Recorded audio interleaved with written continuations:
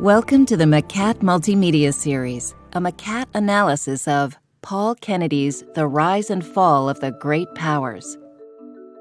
Why do some countries acquire great power, and when they do, why do they go on to decline? The British historian Paul Kennedy set out to resolve that problem in The Rise and Fall of the Great Powers, first published in 1987. It was an unusually ambitious book, tracing the fortunes of the Spanish, Dutch, French, and British empires, while also suggesting that the factors that caused them to fall would eventually apply to the United States as well. But Kennedy's core theory can be clearly stated. He argued that power depends not on geography or politics, but economics. Wealth can be spent on the military resources needed to acquire power, he wrote, while power, in turn, protects the sources of that wealth. Kennedy also sought to understand why strong nations decline. He argued that, to increase their power, they devote ever larger resources to building empires and intervening in far-off nations, rather than investing in economic productivity at home.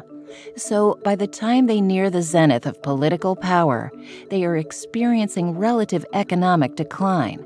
Eventually, the price of empire becomes too high to pay, a state of affairs Kennedy called imperial overstretch. We can understand Kennedy's theories better if we imagine two tribes living on two remote, heavily wooded islands. One tribe cuts down its trees and uses the timber to build fishing boats. The other conserves its forest. It builds fewer boats, but plants more new trees. In the short term, the first tribe gains more power. Its numerous boats seize control of the richest fishing grounds. But the situation cannot last. Building more boats to seize a bigger share of the catch leaves the tribe short of the timber it needs to maintain its fleet in the long term. Over time, the tribe that is invested in planting new forest will grow relatively stronger. Its investment means that it can seize some of the disputed fishing grounds itself. Kennedy believed the same happened with countries.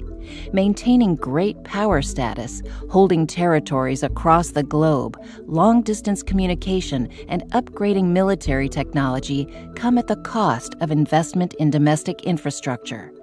Ultimately, overexpansion leads to economic decline, or, in the case of our islanders, forests that no longer renew themselves.